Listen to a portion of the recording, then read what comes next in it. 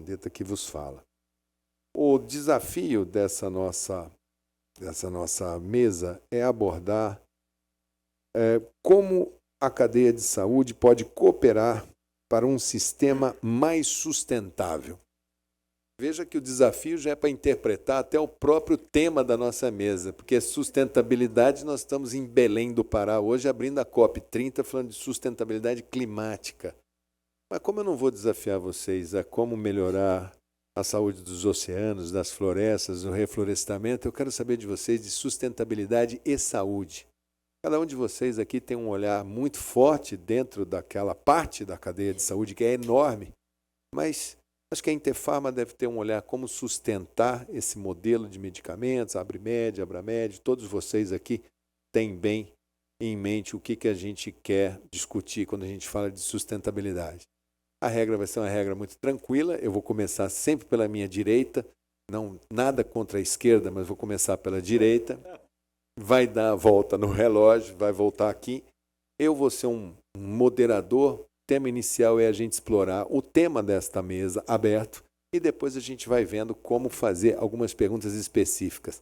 Se alguém tiver alguma questão, algum complemento na fala de um ou do outro, pode fazer moderação cruzada que eu estou aqui para aprender. Então, Elaine, sustentabilidade para esse setor tão importante e a visão da Interpharma. Boa tarde a todos, a todas. Eu agradeço imensamente a oportunidade de falar sobre sustentabilidade do sistema e o mais importante de tudo, né, a mesa com vários atores. Acho que começa por aí, né? Quando a gente fala de sustentabilidade, a primeira coisa que a gente tem que pensar é quais são os dados que vão nos falar sobre sustentabilidade. Então, gestão na saúde é fundamental. Não se gerencia o que não se mede. E quando a gente fala, né, até das questões climáticas, já é outro problema. A gente sabe o quanto que isso está impactando até em aumento de prematuridade de crianças. Então, isso tudo impacta e a gente precisa lidar com essas questões como? Dialogando, como a gente está fazendo aqui, né? Tendo os atores corretos à mesa. Eu acho que isso é fundamental. A gente começa pelo diálogo. E quando a gente fala, então, de gerenciar, né, fazer gestão de saúde, a gente tem que lembrar que a gente aqui no Brasil, a gente romantiza, né, a saúde, a gente olha, claro, com todo olhar social, isso é fundamental, mas é um setor da economia muito importante, né? É um setor da economia.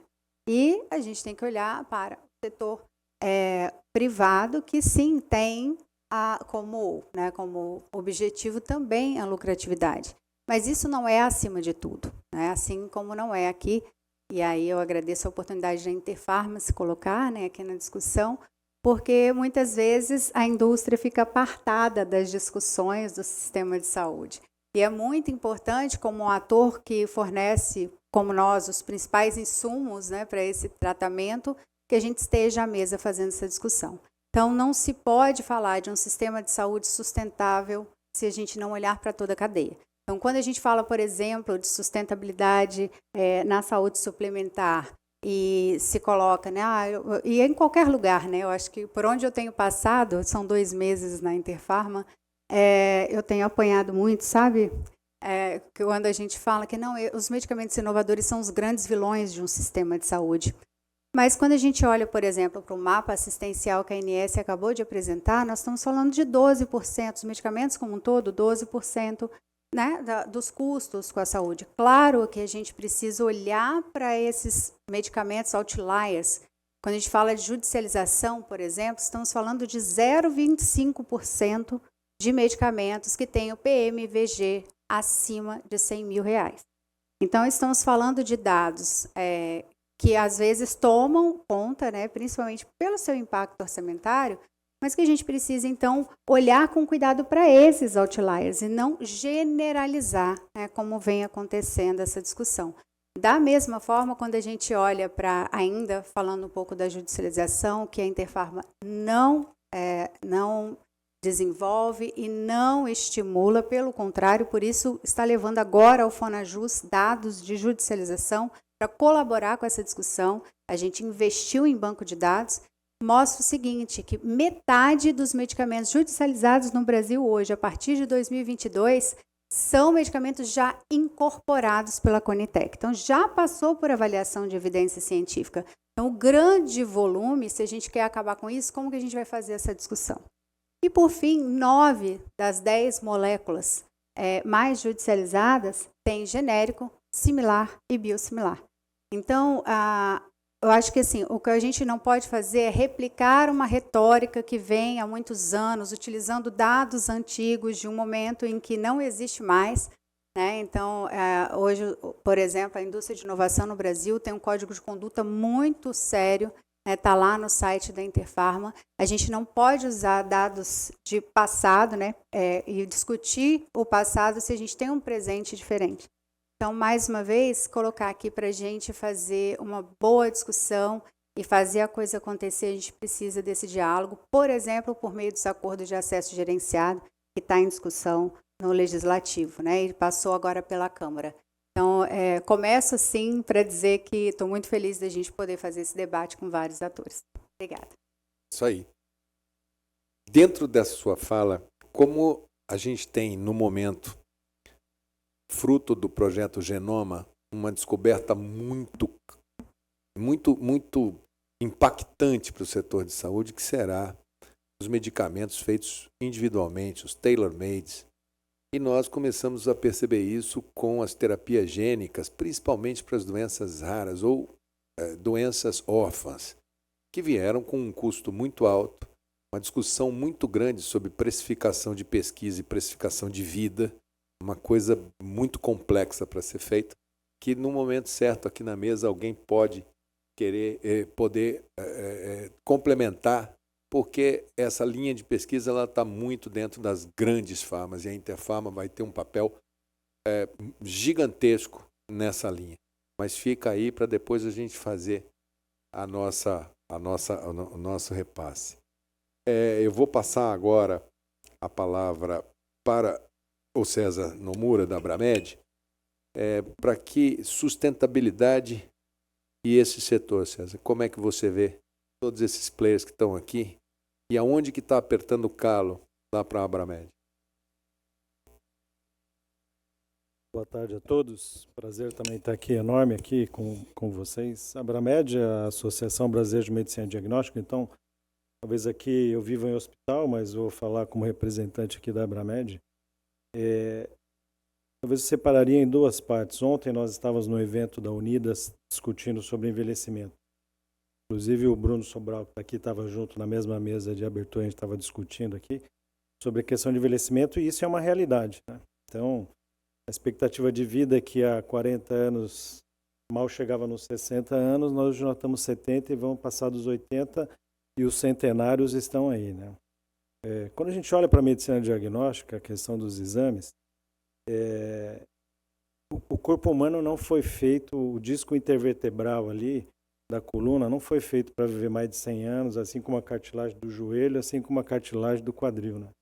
Então, exames vão acontecer e vão aumentar. Não há essa, eu não vejo, a gente não vê essa questão de, e muitas vezes se associa a um custo. Eu faço com a Elaine aqui, que estava mencionando a questão, os exames, quando a gente olha pela ANS, eles vêm percentualmente estáveis em relação à participação, muito porque teve muita incorporação tecnológica, a gente conseguiu ganhar produtividade e escala, mantendo a qualidade, muito pelas incorporações tecnológicas que foram feitas. Então, digo, os exames laboratoriais hoje, nós pegamos aí, devido aos algoritmos que existem, exames ambulatoriais, a gente consegue liberar 60%, 70% por meio de automação, melhor do que um ser humano olhando uma lâmina e contando o número de hemoglobinas.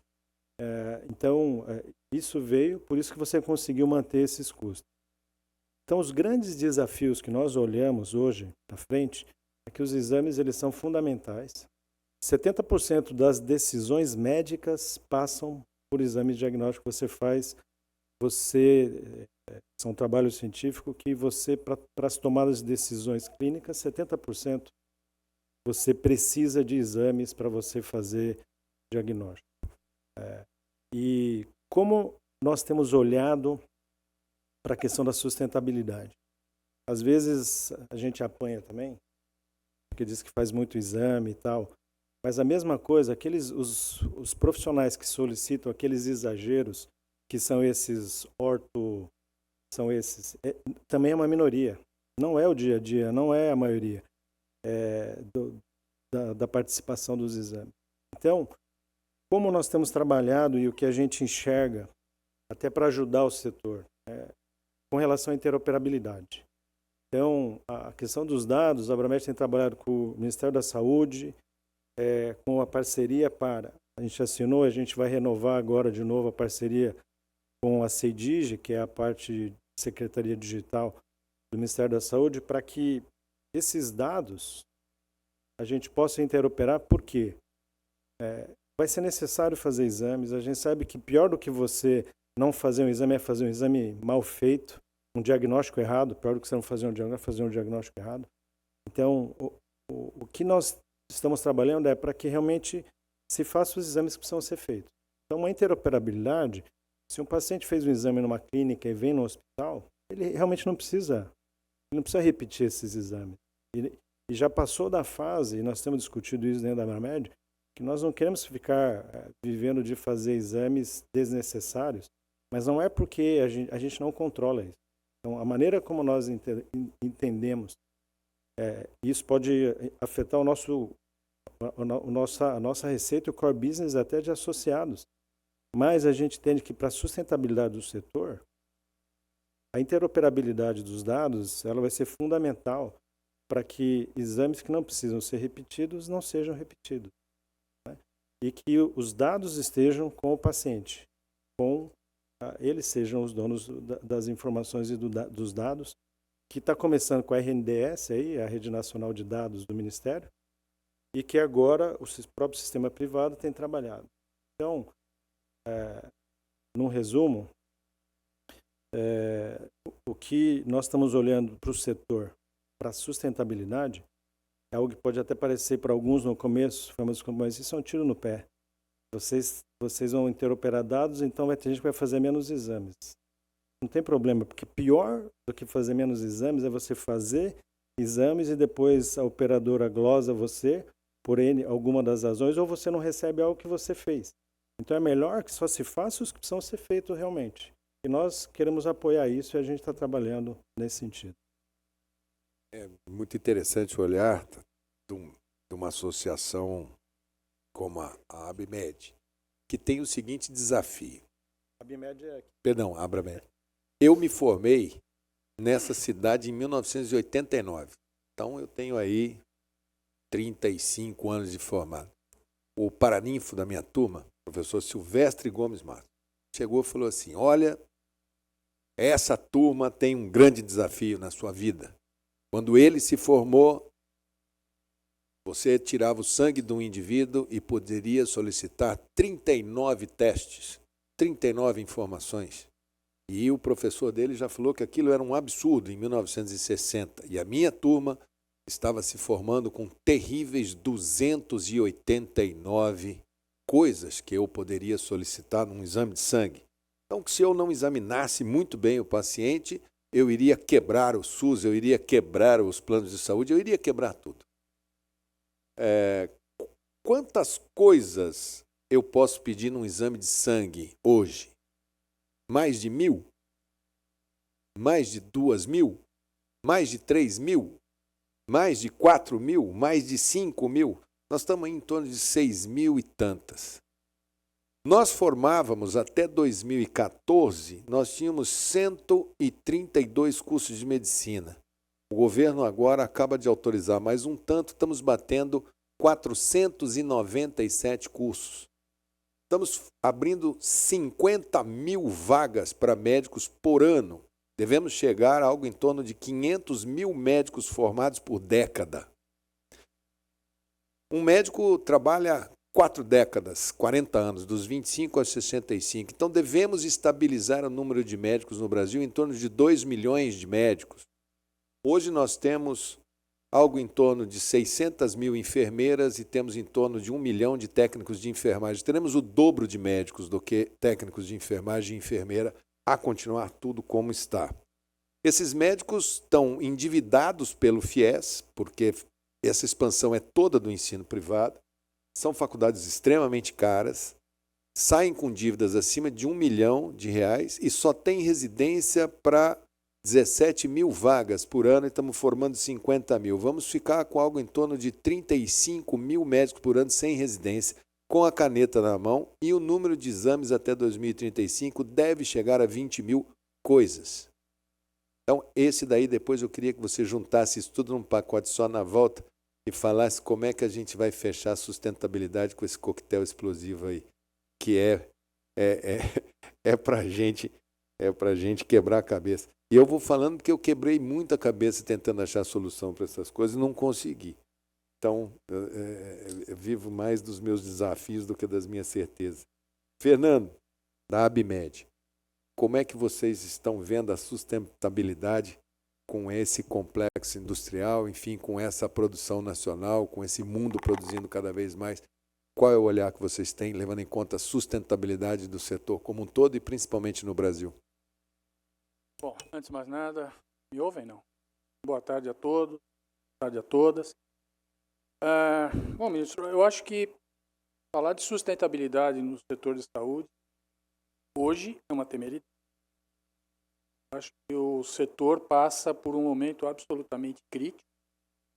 A Abimed, por congregar empresas de vários tamanhos, origens de capital, formas de operação e todas as linhas de produto na área de dispositivos e equipamentos, passam de 110 mil regularizados na Anvisa, fora o que está na fila. A gente tem a possibilidade de observar o que acontece ao longo de toda a cadeia produtiva. O nosso setor de equipamentos e dispositivos é um setor de cauda longa, costuma dizer. Tem uma participação importante de distribuição face ao tamanho do país, à complexidade.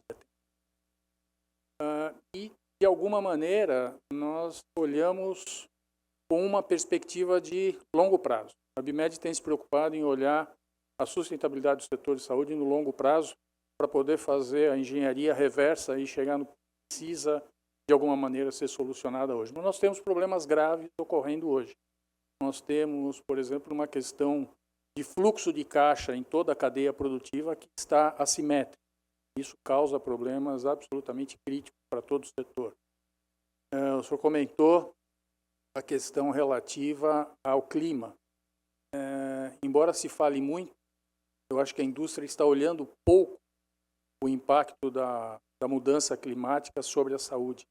O volume de riscos e oportunidades envolvidos nesse processo é imenso. E a gente precisa estar preparado para isso, e muito pouca gente se mexe. Muita gente fala, mas pouca gente se mexe.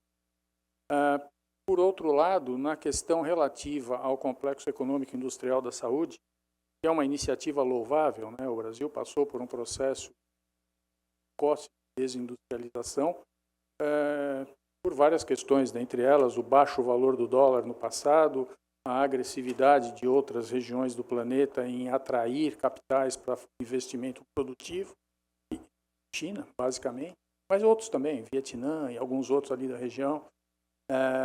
Isso fez com que nós ficássemos muito aquém do estágio industrial que nós deveríamos ter. Então, o Brasil é um país que envelhece sem ter ficado rico. E isso agora, de alguma maneira, tem que ser reendereçado. E eu acho que a nova indústria Brasil é um movimento importante. E dentro da área de saúde, nós temos feito diversas manifestações, de forma até repetida, dizendo que o modelo, embora interessante, não é um modelo que atraia o capital internacional. Não atrai o capital internacional que é detentor da tecnologia de ponta. Então, simplesmente isso. Nós não vamos conseguir implantar uma indústria de inovação e uma indústria inovadora no Brasil por voluntarismo. Isso toma tempo, isso toma dinheiro, isso demanda um padrão concorrencial importante frente aos países que detêm tecnologia.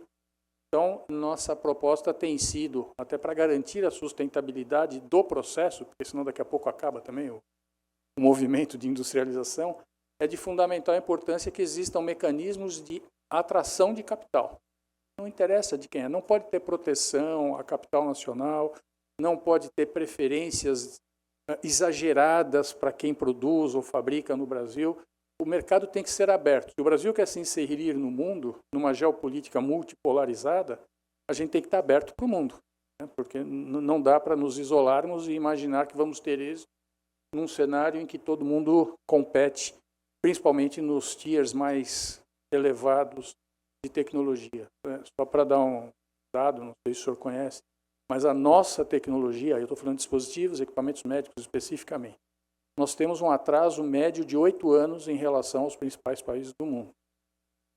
A indústria de capital nacional é uma indústria de montagem que tenta exportar para alguns países um tier médio de tecnologia. A gente não compete na ponta da tecnologia. E como disse o César, a gente precisa muito de tecnologia para otimizar processos de gestão, para otimizar e trabalhar melhor a questão de desperdício. Um outro dado relevante, na área de saúde nos Estados Unidos, o índice de desperdício detectado é de 30%. E eles medem. Como disse a Elaine, você não pode gerenciar aquilo que você não mede. Qual é o desperdício no Brasil? Então, quando a gente fala de recursos para a saúde, sustentabilidade tem a ver, infelizmente, ou não, mas é uma regra de mercado, a Elaine também disse isso. A gente na saúde tem uma moeda com duas faces muito cruéis. Porque de um lado está todo o cuidado que a gente quer ter com as pessoas, o senhor é médico, sou pai de médico também, então a gente sabe muito bem como é essa coisa. Todo mundo quer cuidar bem das pessoas, mas do outro lado está o volume de recursos envolvidos. Nós não podemos dissociar a sustentabilidade na área de tecnologia, na área de inovação, com interoperabilidade, com inteligência artificial, a agentic web, ou seja, tudo que está vindo numa velocidade esmagadora, a gente não consegue fazer isso dissociando também o setor público. O setor privado tem um papel importante, que é trazer a inovação, quer trazer o investimento, quer trazer a provocação de melhoria contínua. Mas o setor público também tem um papel importante na sustentabilidade da saúde no Brasil e com um limitante muito claro. Qual é o volume de dinheiro disponível para isso? Não adianta a gente dizer que quer dar saúde para todo mundo se não tem dinheiro para dar saúde adequada, né? Então, eu acho que, inicialmente, no momento inicial aqui de fala, acho que as perspectivas existem, mas eventos como esse, que colocam vários atores diferentes da cadeia, têm a importância fundamental, não de trazer os problemas, mas achar os pontos de convergência, que é daí que vai surgir a possibilidade efetiva de se ter uma sustentabilidade no setor.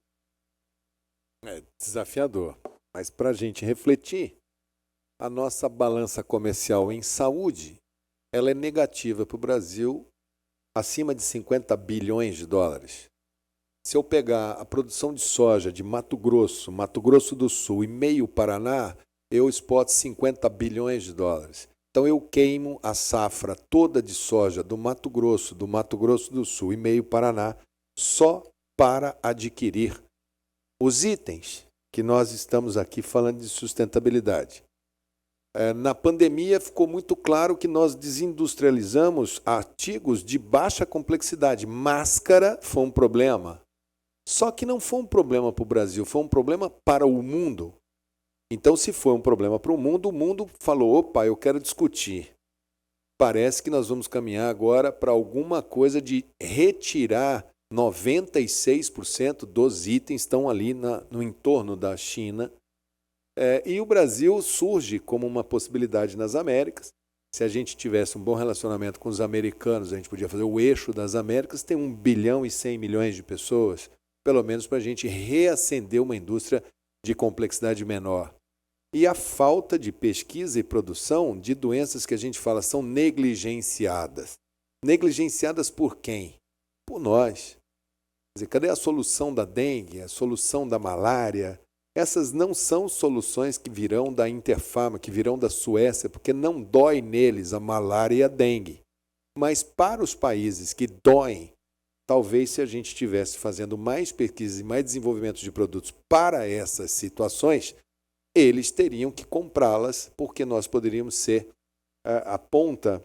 E parece que a política de complexo industrial não levou isso muito, ela não teve foco. Então, eu acho que isso é uma discussão de sustentabilidade extremamente pertinente para ser feita, para que a gente possa não só criticar, mas mostrar caminhos para essa política. Mas fica aí para a nossa reflexão como é que nós vamos fazer. E só para você também, César, lá no SUS a gente fez um levantamento, 32% dos exames diagnósticos feitos na nossa rede não são reclamados pelos pacientes, eles não voltam para buscar o resultado. Então fica esse desafio aí também na interoperabilidade, que às vezes a gente fala que é de responsabilidade do paciente, mas o paciente não tem educação em saúde, ele faz o exame, faz o ultrassom, faz ressonância e não volta para pegar o resultado para voltar no médico. E mais da metade com alterações graves dentro dessa alteração. Sustentabilidade agora com o olhar da Redditor. A Redditor que é um orgulho nosso aqui do Rio de Janeiro, um abraço lá para o Jorge Moll, para toda a equipe. E como que vocês veem dentro desse ambiente de plano de saúde, de plano hospitalar e de como que esses pacientes circulam ali dentro, de valor de plano de saúde, de tanta verticalização no setor, de tanta concorrência, como é que vocês estão vendo a sustentabilidade da rede e automaticamente do setor de saúde, né? Obrigado, ministro. É isso. A gente aqui vai dar um recorte falando um pouco de sustentabilidade de uma empresa. Puxar mais para perto, né? Falando da sustentabilidade mais sob o enfoque de uma empresa privada, né? Porque até mesmo dentro do setor de saúde, se a gente for olhar o SUS e um subsegmento ou uma empresa do setor privado, tem nuances que podem não fazer um casamento perfeito de uma análise, né? Eu me considero bastante sortudo de trabalhar na Redditor, porque é uma empresa fundada por um casal de médicos há 50 anos atrás, que tinha uma preocupação desde a fundação muito forte com qualidade, e uma percepção muito grande de que tinha que ter resultado econômico, mas esse resultado tinha que vir junto com diferenciais dentro da medicina e que o paciente precisava perceber esses diferenciais. Isso está na natureza, no DNA e na origem da companhia, desde a sua fundação com o primeiro aparelho de ultrassom que chegou no Brasil para abrir o escritório aqui de Botafogo, né? Então, em cima desse mesmo modelo que a gente tenta perpetuar a sustentabilidade. É um resultado econômico que se equilibra junto com uma indiscutível qualidade técnica. Então, a gente tem um programa de qualidade técnica muito pesado dentro da Redditor. Eu posso dizer com toda tranquilidade que eu desconheço qualquer outro programa de rede prestadora de serviço no nível e profundidade do programa de qualidade da Redditor. Posso dizer sem medo de estar errando, nós somos o único programa de qualidade técnica de uma empresa privada que contrata auditoria externa para auditar os indicadores de qualidade técnica. Então, quando eu falo que a minha pneumonia é associada à ventilação mecânica é 0,52 por mil, por exemplo, esse número ele passou por uma área de acurácia interna da área técnica, mas depois veio uma auditoria externa para ver, primeiro, se os casos estão diagnosticados, depois se eles estão reportados adequadamente. Então, a gente não abre mão dessa questão da qualidade técnica e, por fim, a gente mantém uma pesquisa permanente em cima de todos os pacientes. Eles são abordados sistematicamente para a gente perceber como é que eles estão lendo esse setor, né? E a gente sabe que, apesar da gente ser uma empresa privada, que é uma empresa que tenta levar tecnologia de ponta, leva tecnologia de ponta, de norte a sul do Brasil. Nós estamos em 14 estados, no Nordeste, a região sul. Hoje existe uma dor econômica na sociedade, de conseguir fazer com que isso caiba no bolso. E a gente está muito sensível a essa dor econômica. E a gente entende que, mais do que nunca, é necessário a busca por eficiência operacional de cada um dos elos do setor produtivo. Eu não gosto de falar de cadeia produtiva, porque durante um tempo a gente teve muita manchete negativa, né, em cima do setor. Então eu mudo de cadeia produtiva para setor produtivo da saúde. Mas cada um precisa ter eficiência operacional e o conjunto precisa orquestrar eficientemente. É absolutamente inevitável que a gente se esbarre e que tenha diferenças, né? A gente, no dia a dia, não são só flores. Quando a empresa senta lá no comercial para conversar, ou quando a gente tem que processar as contas das órteses e próteses, mas nós somos profundamente comprometidos em resolver.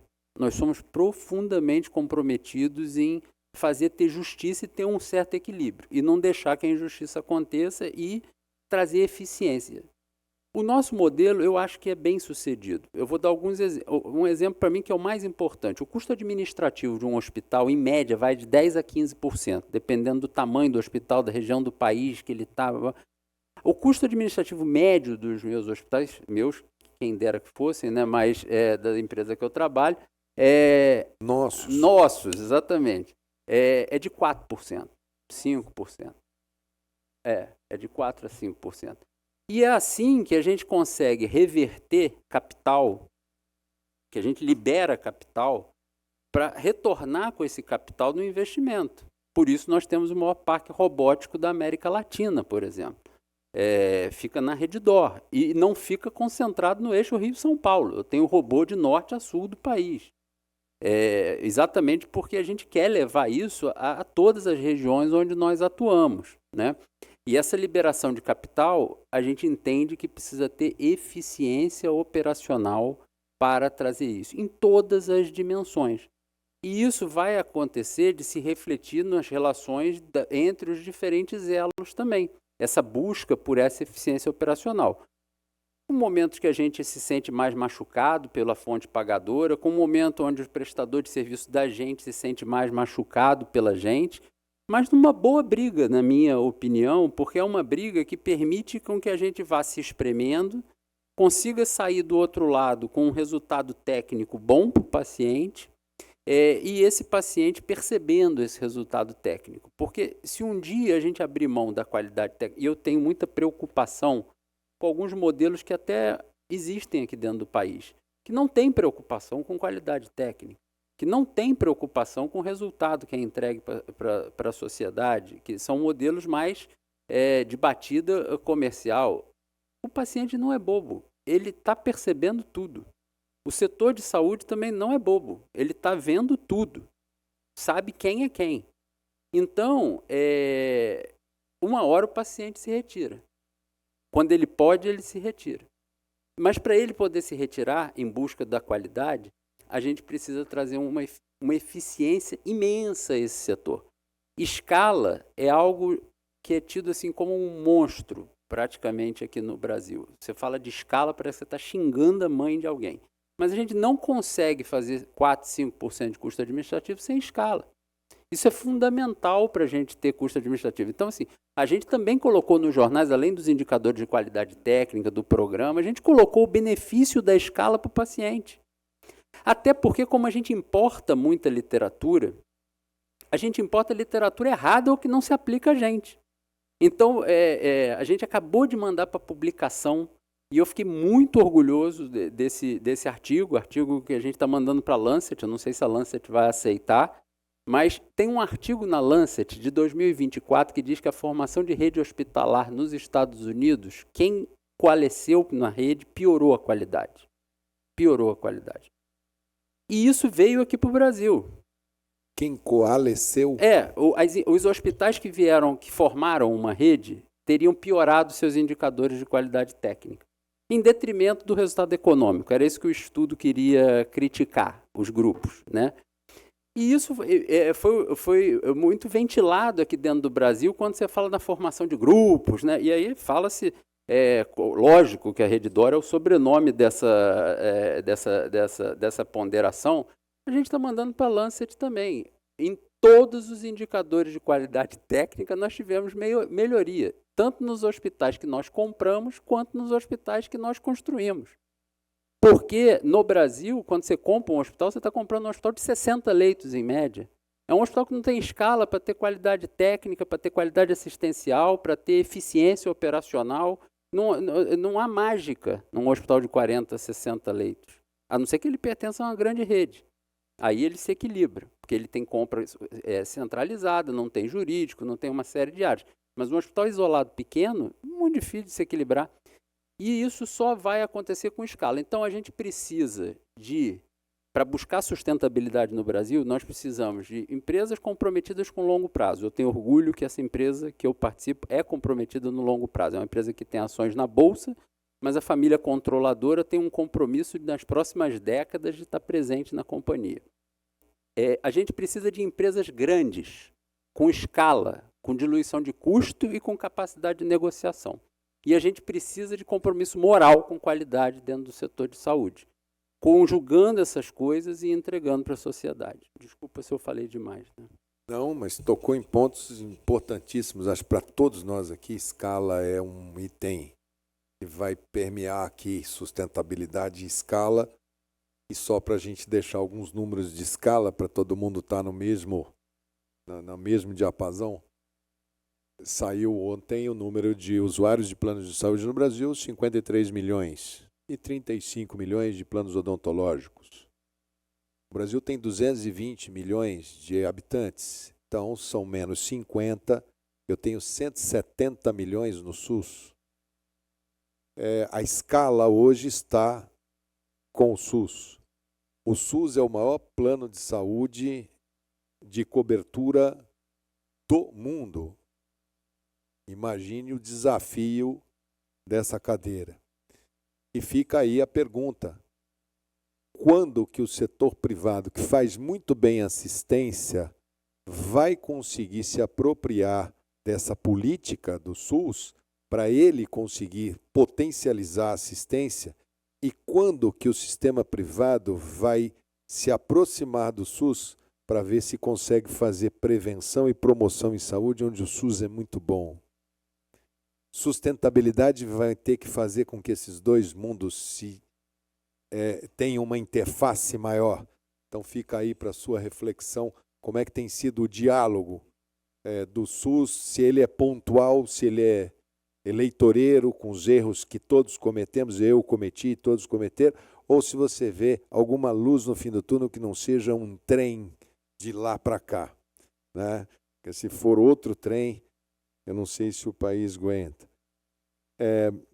Agora nós vamos escutar a Sanofi, o Carlos Succar, como é que a Sanofi vê sustentabilidade. Sanofi que está presente no Brasil há mais de 100 anos. Há mais de 100 anos, é uma das primeiras das Big Pharmas a pôr o pé aqui na nossa terra. Eu tive o prazer de dialogar com a Sanofi à época como secretário municipal de saúde, estava comentando com eles, lá de uma cidade, Campo Grande, Mato Grosso do Sul, em 2008. Foi a cidade que permitiu o início do desenvolvimento de uma pesquisa sobre dengue, que depois não saiu a vacina, mas ela não entregou o que elas pensavam. Mas fica aí uma provocação também para a Sanofi, também para a Interpharma, enfim, para a Abimed. Como estar há 100 anos aqui, mais de 100 anos aqui dentro do Brasil, e essas situações negligenciadas dessas doenças versus as doenças do primeiro mundo. Eu sei que é difícil a gente falar sobre prioridades, mas tuberculose é a doença infecciosa que mais mata no mundo. O primeiro lugar é a Índia. O segundo lugar é a cidade do Rio de Janeiro, aonde nós estamos. Os medicamentos que nós temos para a tuberculose são medicamentos via oral que têm mais de 50 anos. Seguramente que o esquema da tuberculose é o mesmo, sem grandes variações. Não conseguimos fazer inovação nessa doença. E como que a Sanofi vê sustentabilidade em saúde para os grandes laboratórios nesse mundo tão assimétrico e que precisa de tanto acesso de tantas coisas? E sustentabilidade e a Sanofi, qual é o olhar de vocês? Bom, boa tarde a todas e todos. Ministro, muito obrigado. Acho que, como foi falado, primeiro, muito interessante a gente ter lugar nessa mesa e nesse espaço enquanto laboratório farmacêutico multinacional. Então, isso é fundamental né, porque muitos laboratórios, assim como a Sanofi, estão aqui há muitos anos, né, e pretendem ficar muitos outros anos. Então, como você estava comentando, a gente está aqui já há mais de 100 anos e tem um compromisso aí para mais um século. O Brasil é fundamental dentro da estratégia da Sanofi. Primeiro, olhando um pouco o setor e a saúde suplementar, entendo que a integração de dados, essa maior comunicação, essa maior troca, a gente sim, eventualmente se apertar, né, mas a gente buscar soluções coletivas é fundamental para a evolução. E cada vez mais eu tenho visto, né, mesas com vários atores representando instituições diferentes, sentados juntos e buscando soluções. Então, eu sempre gosto de ver o copo meio cheio, né, e acho que isso já nos traz esperança, né, e o diálogo é fundamental. Vejo questões possíveis, como compartilhamento de risco, que é uma coisa que a gente está muito aberto.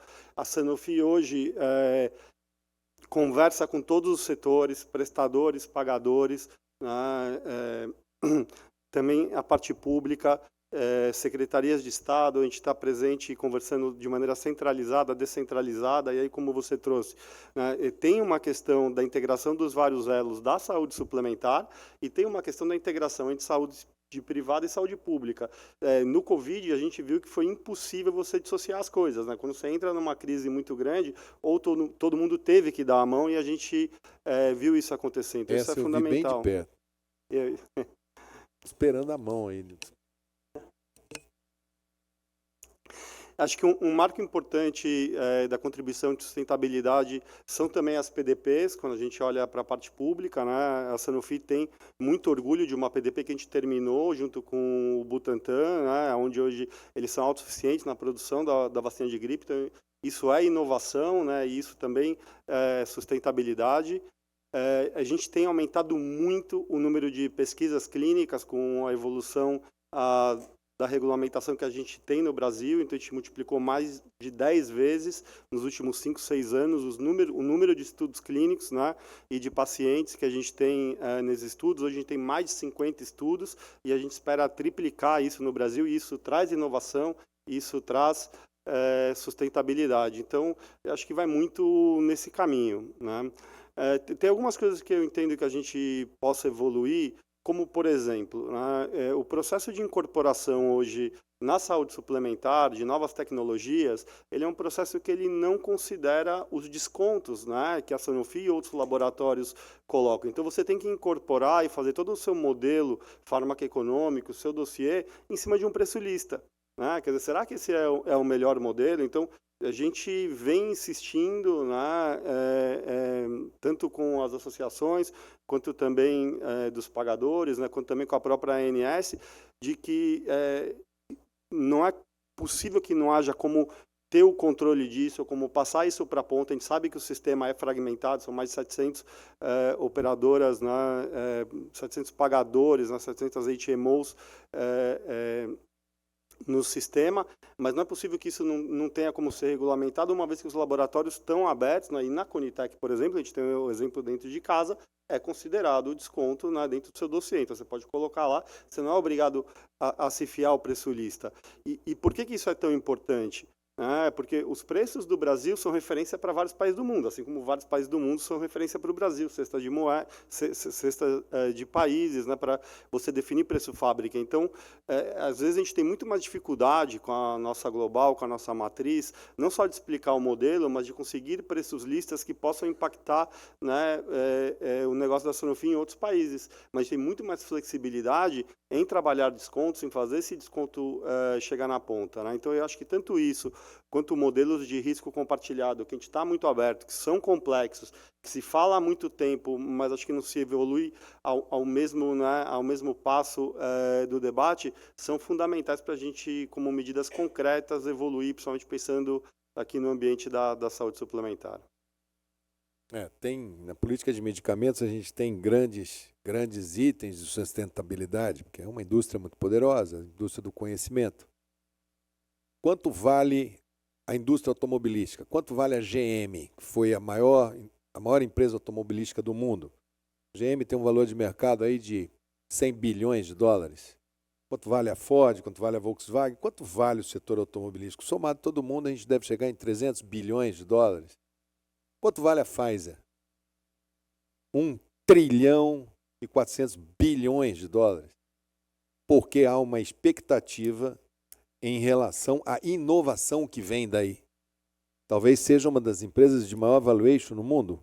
Sanofi, Pfizer, enfim, poderia falar aqui inúmeras outras.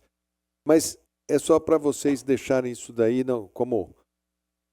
Mas pode complementar. Se eu falei errado, me corrige. Se o senhor me permite... Corrige. Não, isso eu vi a fala aqui no FIS, essa fala, o ano passado, feita pelo Jorge Raimundo. Sabe que eu vou fazer 2 comentários, né? Eu acho que como a Elaine trouxe bem, dentro da saúde suplementar, o custo de medicamentos e vacinas não passa de 10%, 12%.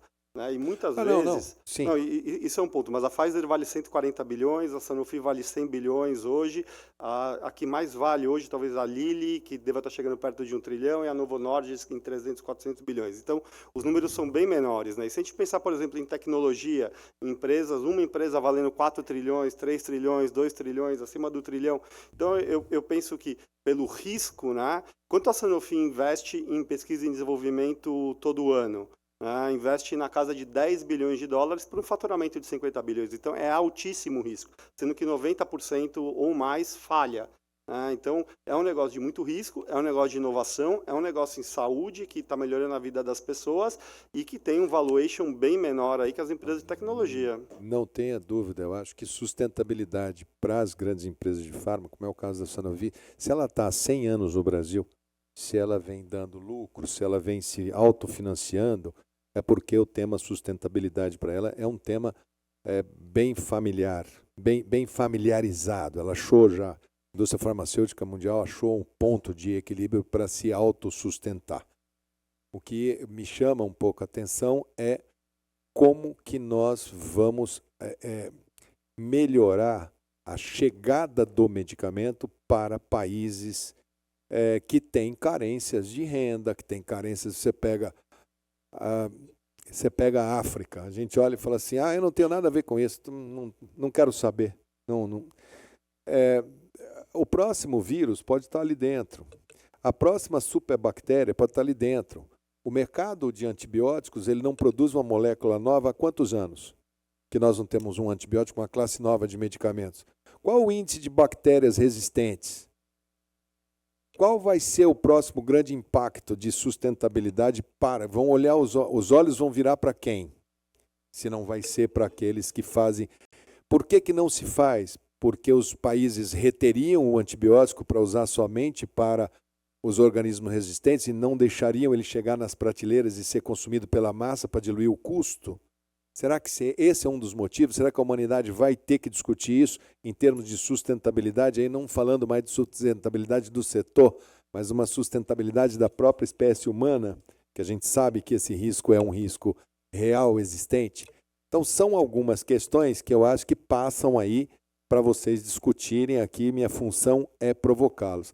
E o número de valores de empresa, ele foi dado ano passado aqui no Rio Health Forum, pelo Jorge Raimundo. O Jorge Raimundo, não sei se vocês aqui o conhecem, foi o primeiro CEO brasileiro de uma Big Pharma mundial. Ele é um grande colaborador, inclusive, da Interpharma. Eu conheci, eu era deputado federal no Rio de Janeiro. Ele é um dos grandes nomes do setor de farma. E ele fez essa fala aqui o ano passado, falando não como um problema, e eu não falo como um problema. Ela tem um valor porque existe uma expectativa de inovação.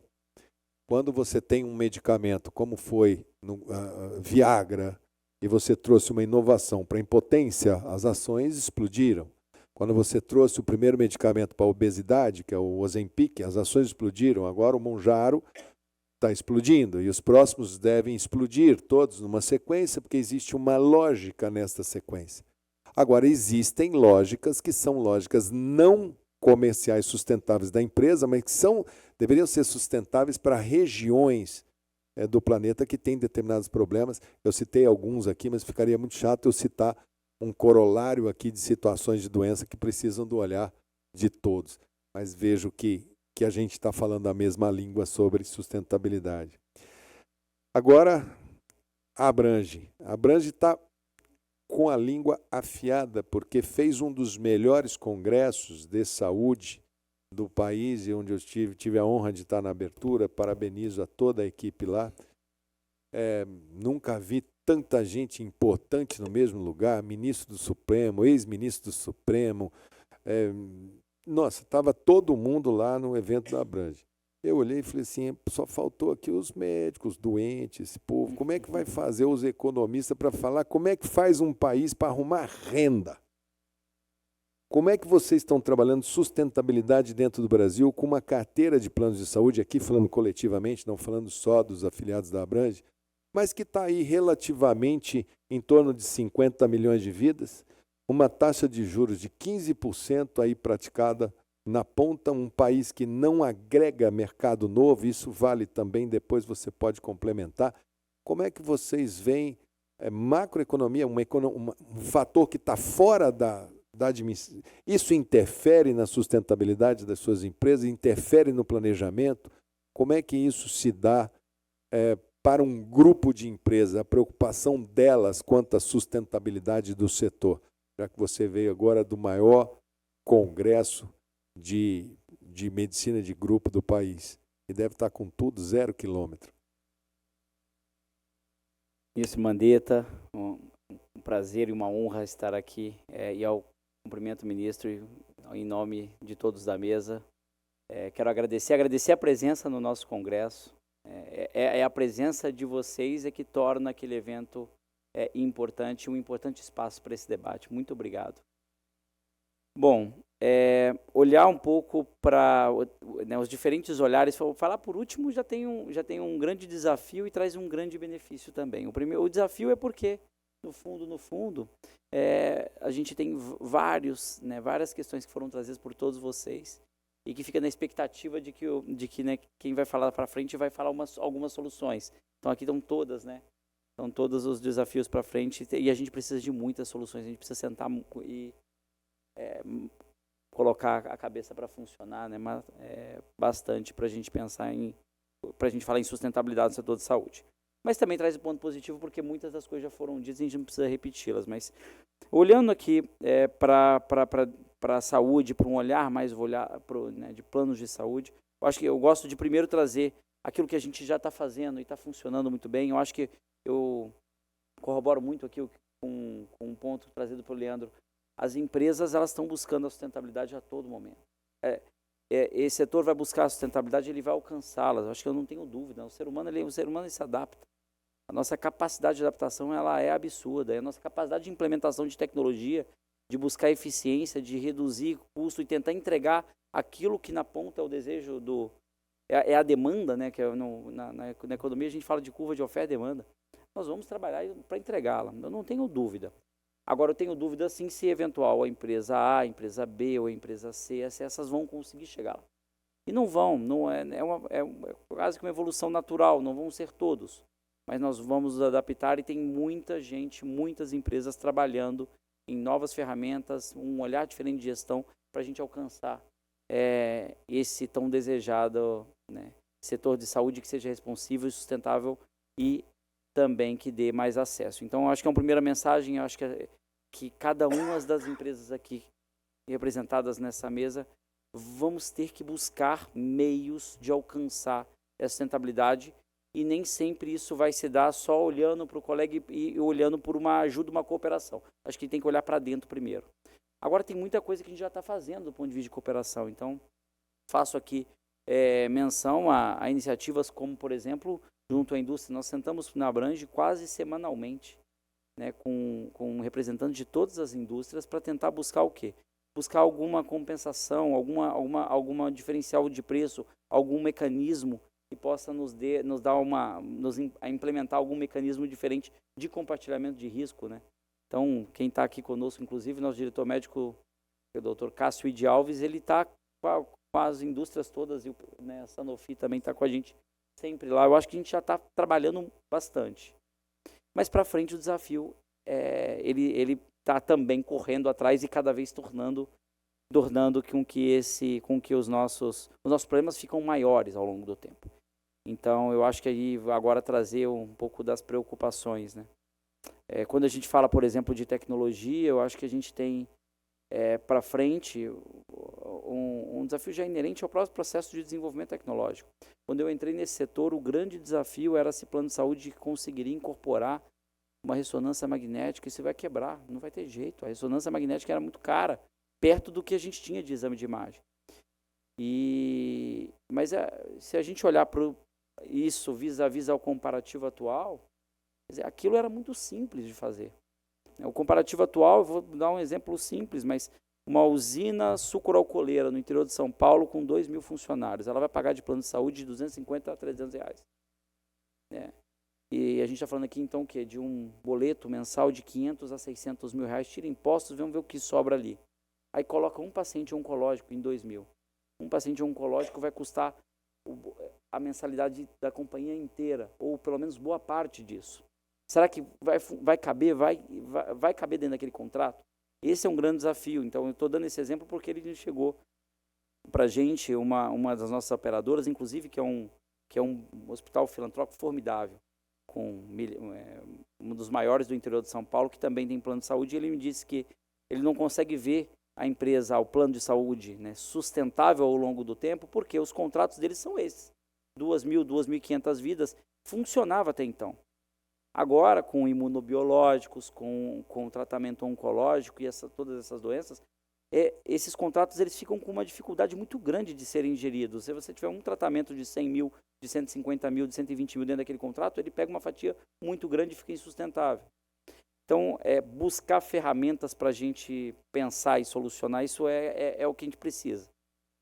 Quando a gente fala também de judicialização, eu acho que um primeiro ponto, talvez, é aí sentar e indo muito na linha do que todos vocês colocaram, mas vamos sentar e organizar, né? Quer dizer, aquilo que está incorporado dentro do Conitec, dentro das diretrizes, realmente, né? Eu acho que o melhor caminho não é nem a judicialização, o melhor caminho é que o tratamento seja, que o acesso ao tratamento seja concedido no momento adequado e para que aquele paciente consiga seguir. Mas quando a gente olha para a judicialização, os dados do Ministério da Saúde, por exemplo, para o medicamento Diame, são 220 medicamentos, que eu me lembro da tabela apresentada num dos relatórios, 220 medicamentos concedidos por liminar, e desses só 5% dentro da diretriz do Conitec. Então, 95% entrou fora da diretriz do Conitec. E eu pego esse exemplo até porque, na verdade, a gente tem uma operadora do Plano de Saúde do Paraná, que inclusive é uma das nossas diretoras, a sócia e fundadora. E eles fazem um trabalho formidável, assim, de atenção primária, de cuidado. Eu costumo falar que a operadora é uma operadora que ela agrega os médicos de referência, ela tem pesquisadores, são médicos, inclusive professores da Universidade Federal do Paraná, ela procura se amparar nos melhores. Mas aí quando ela recebe uma liminar para o medicamento, para uma criança que está fora do que preconiza não só a Conitec, mas também nesse caso específico, a diretriz de utilização da ANS e o medicamento ao custo de 9 milhões, para uma empresa que fatura num ano inteiro, né, 300, não cabe. E a gente tem que procurar ferramentas e mecanismos para a gente conseguir solucionar isso. Então, para ampliar o acesso para que as pessoas tenham acesso no momento adequado, mas dentro da diretriz.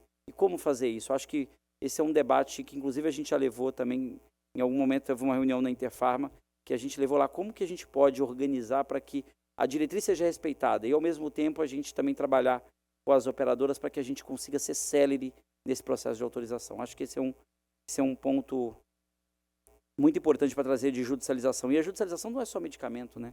A gente hoje também vive uma judicialização de terapia absurda e colossal. E a gente percebe como que saúde ela engloba tantos movimentos e tantos stakeholders, né? Então, tem algumas cidades, por exemplo, hoje que a gente está enfrentando uma dificuldade e uma grande discussão política por conta de terapias, mas por pura e simples questão mercadológica.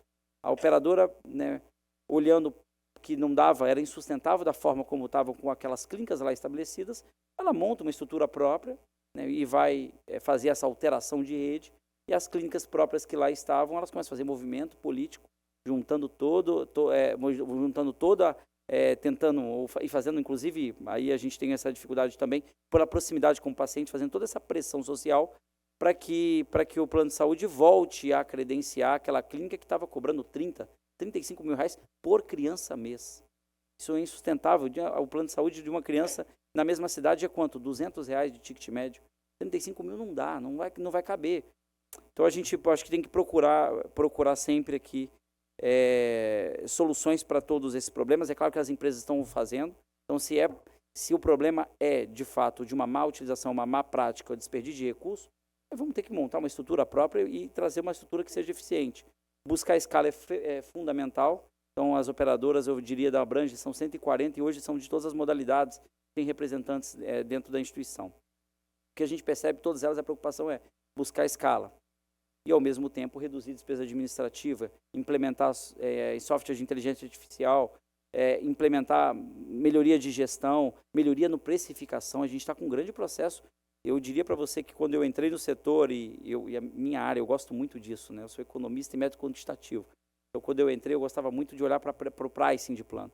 Eu diria que hoje está muito melhor do que quando estávamos lá atrás. Então, eu via a área de preço do plano de saúde, às vezes, ela sucumbida perto da área comercial. Quer dizer, você precifica o plano, diz que ele é para custar 300 moedas, mas a área comercial diz que precisa vender a 200 e ela conseguia avançar com a 200, mas sem sustentável ao longo do tempo. Hoje eu já percebo que a área de pricing, ela está par e passo com a área comercial, e ela é ouvida tanto quanto a área comercial, até para poder, porque o gestor dessa empresa ele tem que olhar para frente, ele precisa olhar os dois, ele precisa equilibrar. Eu tenho uma demanda e a oferta tem que se encontrar, em preço, claro, ele tem que ser ajustado para isso, mas a gente tem que estar o tempo todo precificando o risco. Então, eu percebo que a gente melhorou muito também nessa área.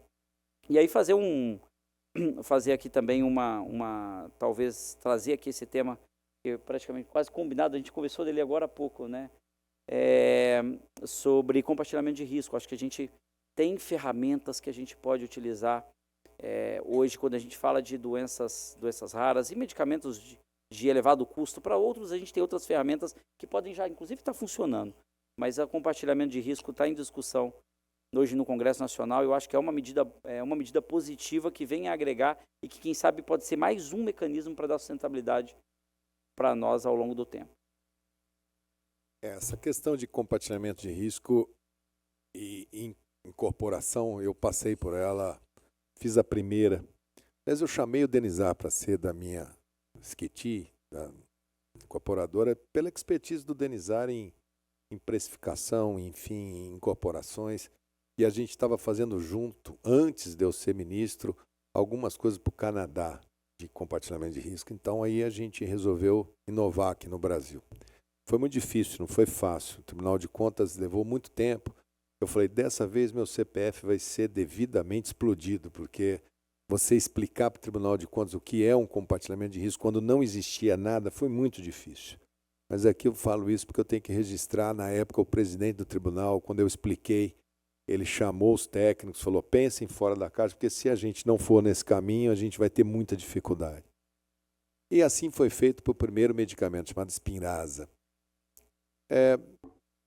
O que eu gostaria de saber em termos de sustentabilidade, já que você tocou nesse assunto de compartilhamento de risco, de SUS, eu escutei do ministro falar que a confidencialidade da negociação e preço era um fator muito importante para eles.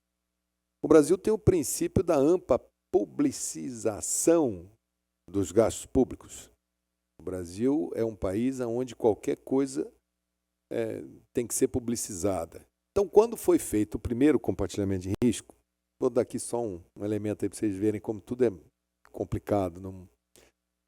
Nossa negociação com o Spinraza, fizemos o compartilhamento, fizemos o valor, foi dado ampla publicidade.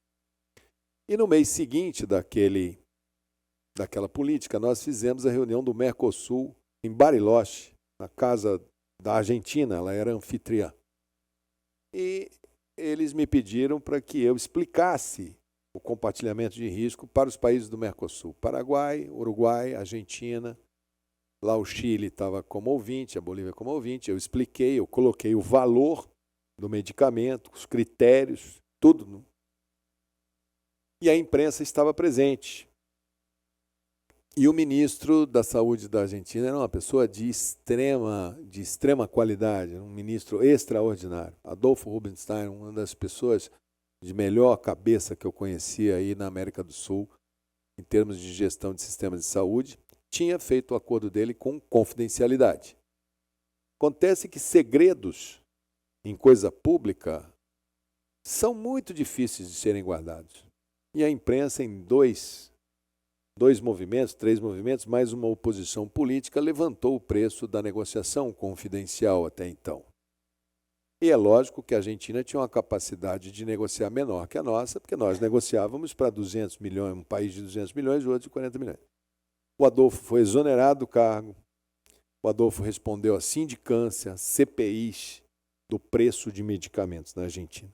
Então fica aí para vocês também trabalharem com esse conceito, porque isso, em sustentabilidade de setores, algumas coisas que parecem muito boas, escutem quais são os efeitos colaterais eventuais que possam aparecer.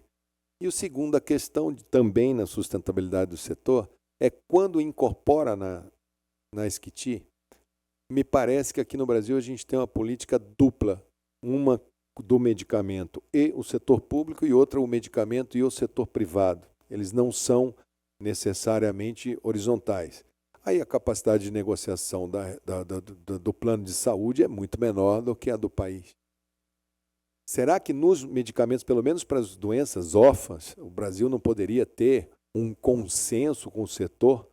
Porque uma doença órfã, ela não vai gerar concorrência.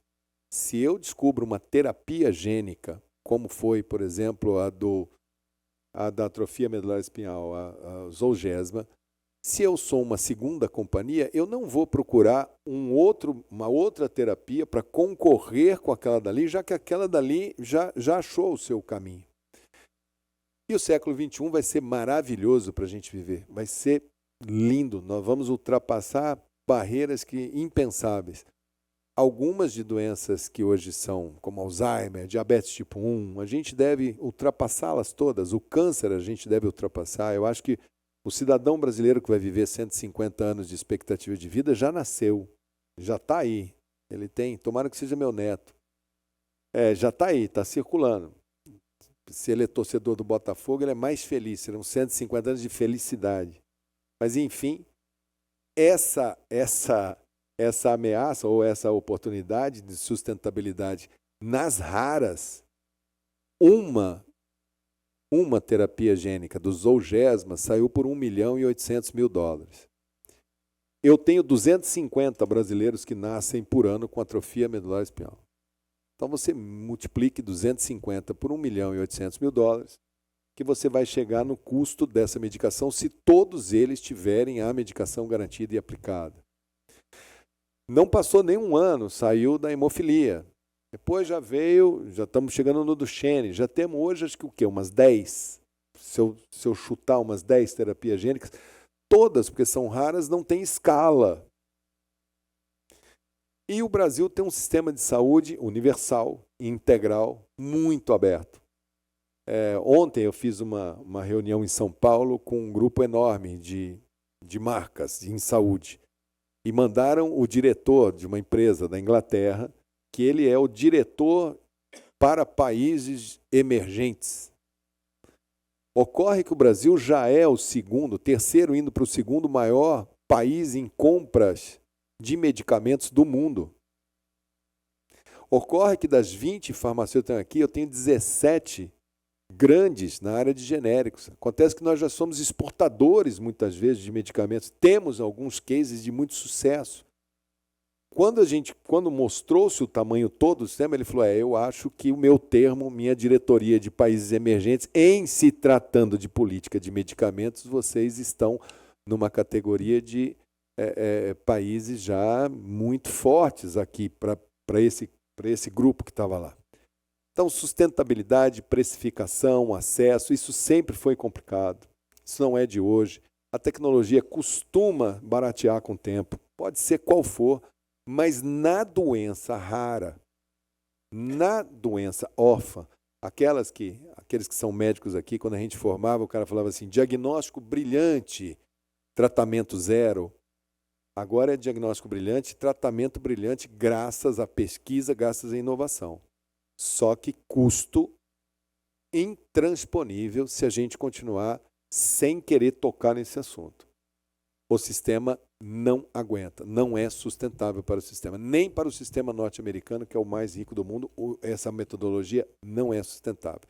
Então eu vou passar agora uma rodada, eu fiz cada fala de um de vocês, eu fiz um pouquinho de provocação, vocês fiquem à vontade para fazer as considerações que vocês fizerem, se quiserem perguntar, perguntas cruzadas da Interpharma lá para a Abrange ou para a Abimed para a Sanofi, está na hora agora de vocês podem falar e concluir o raciocínio que na fala de vocês a gente vai no término, a gente conclui a nossa mesa. Obrigado pelas brilhantes intervenções de cada um de vocês. Eu vou pegar o gancho da provocação justamente porque nós estamos falando de problemas bastante complexos, né? E não tem solução simples. E eu volto aos dados, né? Uma coisa que, como em avaliação de tecnologias em saúde, a gente tem a perspectiva, na perspectiva de quem estamos tomando a decisão. A avaliação de tecnologias aqui no Brasil, ela está virando uma entidade, como praticamente o decisor. E a avaliação de tecnologias é uma ferramenta que orienta, baseada em evidências científicas, a tomada de decisão do gestor. Isso é uma coisa fundamental. E olhando para essa perspectiva de sistema de saúde, quando a gente fala, por exemplo, das doenças raras e tudo mais, eu tenho que entender como país o que eu quero. Então, por que eu falei de dados? Hoje, a gente, como sistema de saúde, não tem dados no Brasil do quanto custa não tratar. Então, se eu trouxe o exemplo, né, de que antigamente falava de uma doença rara e que eu não tinha tratamento. Hoje, a jornada média de uma família com um paciente com doença rara é de 10 anos no Brasil para chegar a um diagnóstico.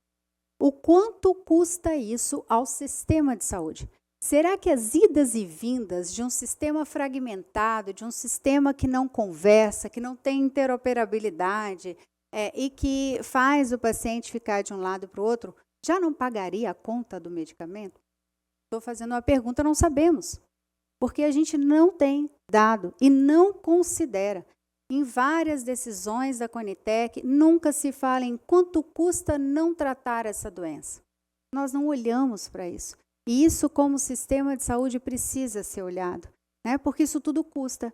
Então, quando eu deixo de incorporar um determinado medicamento, porque a gente ainda não pensou, por exemplo, numa ATS faseada, com possibilidade de instância de negociação, hoje não se tem isso, né?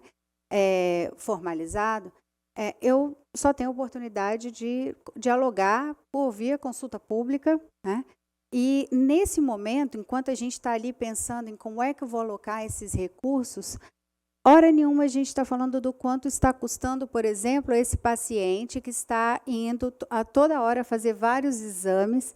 Esse paciente está ficando em casa, vamos colocar a doença de Crohn, por exemplo, né, quando a gente não trata adequadamente, ele não é produtivo para o país. E a gente discute saúde hoje fechados em nós mesmos.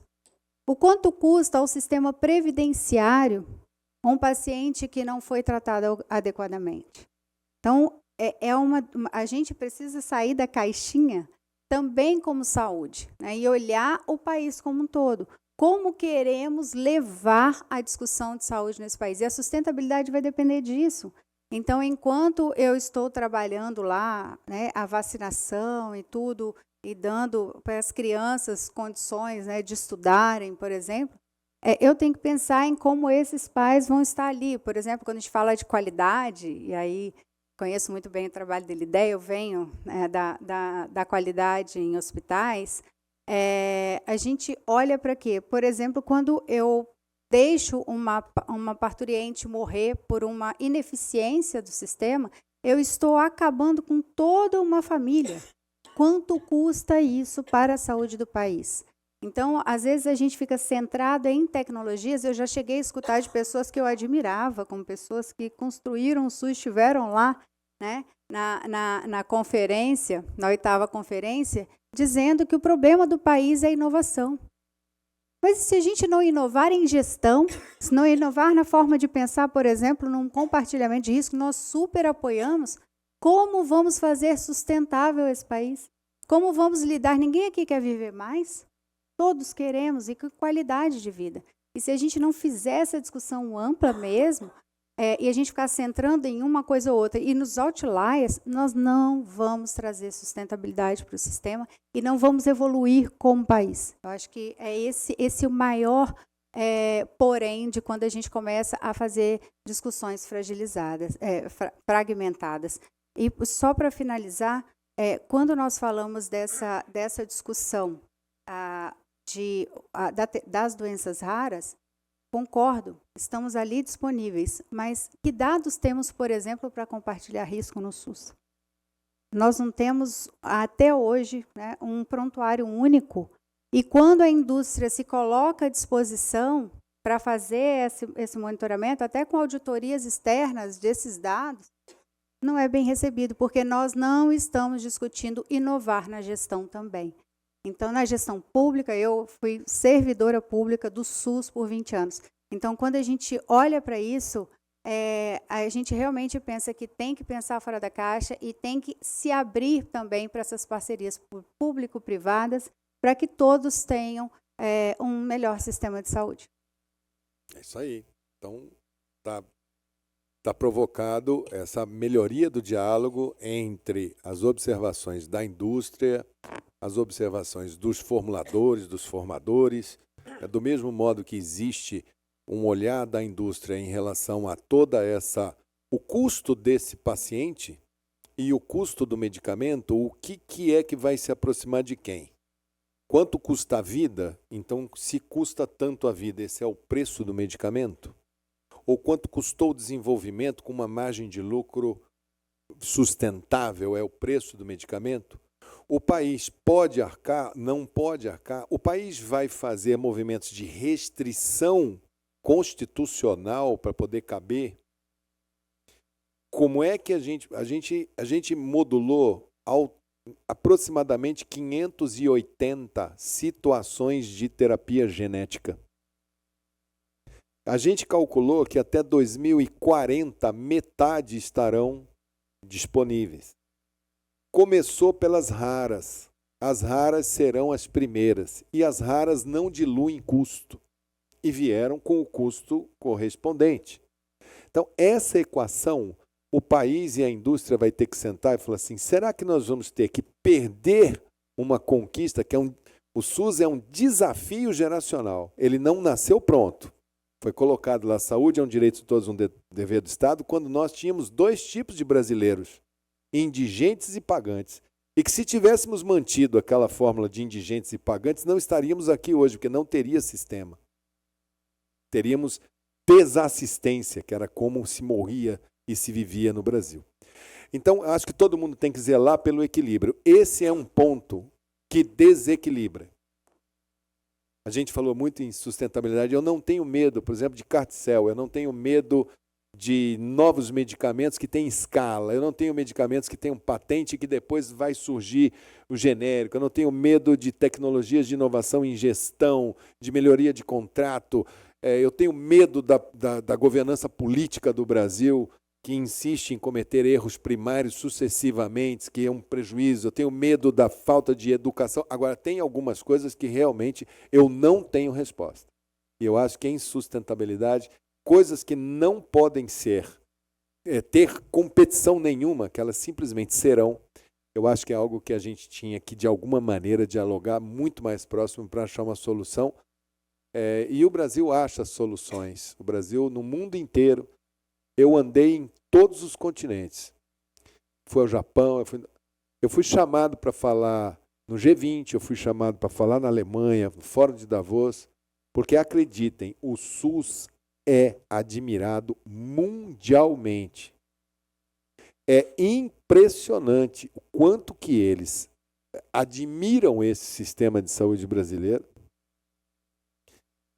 Porque os nossos indicadores em 35 anos, da onde a gente saiu para onde a gente veio, com o valor que a gente colocou per capita, é muito impressionante.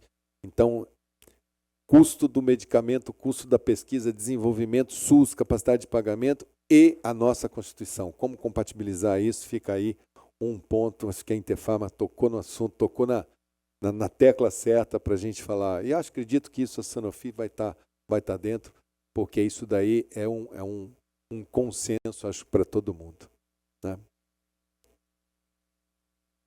Bom, dando continuidade, só para responder, quando o senhor comentou sobre os exames não acessados do SUS, eu ainda sou professor na USP, no Hospital das Clínicas, e estou no Estudo do Coração.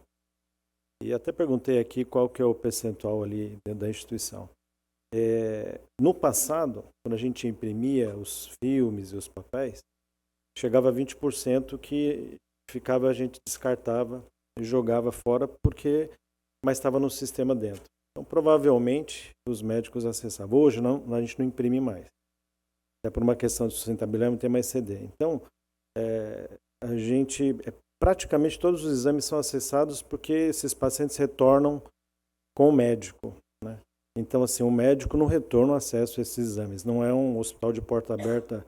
O Hospital das Clínicas é uma porta aberta para fazer exames ambulatoriais para quem vai fazer um check-up. Então, eu fico tranquilo em relação ao complexo do Hospital das Clínicas dizer que o acesso dos exames ali, talvez não acessado, seja muito, muito baixo. E, às vezes, tem um retorno mais longo. Então, realmente, pode ser que dentro de 30 meses ele fez o exame, ele não retornou com o médico, não foi acessado, porque nós estamos trabalhando com uma população que muitas vezes não consegue acessar os aplicativos.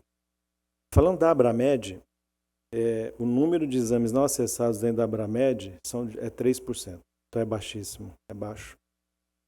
Mas, por exemplo, aqui eu falo pelo Sírio-Libanês, onde eu sou diretor de medicina diagnóstica. Ali é menos de 1% de exames que não são acessados, mas o que acontece é que o senhor conhece alguns médicos nossos, nosso hospital, em que acabou o exame, ele já quer saber o diagnóstico para já dar conduta, ou o radiologista nem laudou ainda. Então, alguns dentro do hospital não vão ser acessados. Eu diria para você que dentro da Abramed, onde está o Sírio-Libanês, o Einstein, o Fleury, DASA, o próprio Richer da Redditor, essas instituições, é menos de 3% que não são acessados ali no portal. Então, eu acredito que isso seja, esse número do SUS, realmente, eu não sei, pode ser porque o HC, uma outra realidade. o Sírio, o DASA, nós estamos falando do que a gente tem de melhor no país. E eu tenho um país grandinho. E aí eu toco mais uma vez na questão, quando a gente fala da questão de interoperabilidade ou integração de dados ou de um prontuário, a importância disso. Porque o município não conecta com o sistema do Estado. E às vezes dentro do Estado você tem 2 hospitais, um secundário e um terciário, que não se comunicam porque é uma OS que opera um hospital e o outro é do governo. Então realmente esses dados, por isso eu vejo que a integração desses dados, essa interoperabilidade é algo fundamental. O senhor comentou sobre as faculdades, né? Isso é algo que a gente acompanha e por estar ainda dentro da Universidade de São Paulo, é interessante que o Brasil só tem um país no mundo que tem mais faculdade de medicina hoje, que é a Índia, que tem uma população 6 vezes maior do que a do Brasil, mas o Brasil está quase alcançando a Índia daqui a pouco em faculdades de medicina. Isso foi até uma das razões porque o Sírio-Libanês decidiu abrir uma faculdade de medicina o ano passado. Né? Esse ano. O primeiro vestibular nosso foi agora em julho. E a gente fica feliz porque quando a gente olha as faculdades, o que a gente observa? Tem várias faculdades de medicina que não preenchem as vagas. Então rodam 7 vezes a lista e, como o senhor disse, sai com uma dívida, roda 7 vezes a lista esperando chegar um aluno. Para nossa felicidade, nós tivemos 4.000 candidatos com 1 mês de divulgação e preenchemos não só todos, mas na primeira ou segunda lista já foi preenchido. Então, e por que aqui falando um pouco sobre a medicina, e eu vou te dizer que a Faculdade de Medicina do Sírio não vai ter resultado financeiro pelo que está se investindo. Mas é por uma questão não só de propósito, mas porque a gente entende que o profissional médico que precisa ser formado, ele precisa estar conectado digitalmente. Esse profissional, ele tem que entender de inteligência artificial, é um novo modelo de formação. Tem que se entender gestão em saúde, isso que nós estamos discutindo aqui. Ele tem que saber os impactos e a gente da caneta, os impactos das decisões. Então, o que motivou e tem motivado a instituição a ir para uma faculdade de medicina é por isso. Que hoje nós já estamos sentindo a dificuldade para contratar e trazer médicos com esse olhar. Então, nós entendemos que seria E o pessoal fundamental. bom indo embora. Os Estados Unidos está levando muita gente boa do Brasil. A Alemanha está levando muita gente. A Inglaterra está levando muita gente boa daqui. Só nos últimos dois anos nós perdemos 6 médicos do serviço de radiologia para os Estados Unidos e 2 para o Catar. 2 foram para o Catar e 6 para os Estados Unidos. Esse é um tema que vai ter que ser enfrentado pela sociedade brasileira. Eu só coloco algumas questões nisso daí. Parece que o movimento médico, conselhos, associações, Conselho Federal de Medicina e Congresso trabalham com o exame de como se fosse o exame de OAB para os advogados, o exame de proficiência, que seria esse termo. Então, se você for aprovado, você vai ter o número do CRM.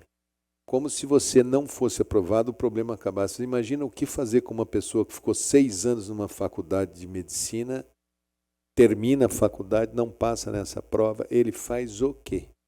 Ele vai fazer clínicas de alguma coisa, em algum lugar.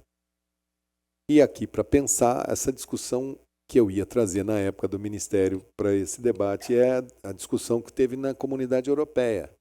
Quando houve livre trânsito de profissionais, que você, se é formado em Portugal, pode atender na Alemanha, se você é formado na Alemanha, você pode atender na França, enfim, se tem livre trânsito, serviria para todo mundo. Mas houve um movimento muito grande contrário. Então, principalmente na Alemanha, que não queria médicos formados na Albânia, na Turquia, falava que não dava. Então, eles fizeram o seguinte na Comunidade Europeia. Eles colocaram as exigências de ter um curso de boa qualidade, como eu tenho certeza que o Sírio deve ter pensado em fazer, e outros fizeram no Brasil, não são todos que são ruins, e obrigaram que quem tivesse certificação externa daquela qualidade que eles exigem, esses sim poderiam, universidades que se submetessem, poderiam trabalhar nos outros países.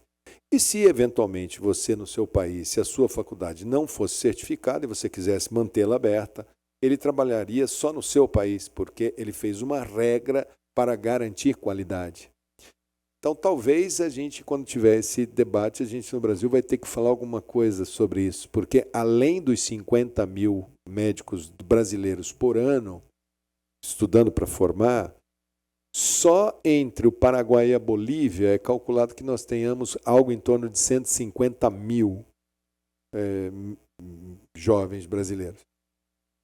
Eu fui deputado federal do Brasil por 2 mandatos, fui presidente da Comissão de Seguridade Social e fui deputado no Parlasul. Eu fiz Argentina, Paraguai, Uruguai, uma vez por mês, e fiz a visita às faculdades, o relatório de visita das faculdades de medicina. E é assustador. Tem faculdade boa? Tem. Faculdade de Assunção é excelente, de Santa Cruz de la Serra tem uma medicina alemã de origem, agora tem coisas de R$200. Periferia do sistema, e esse pessoal vai entrar para dentro também.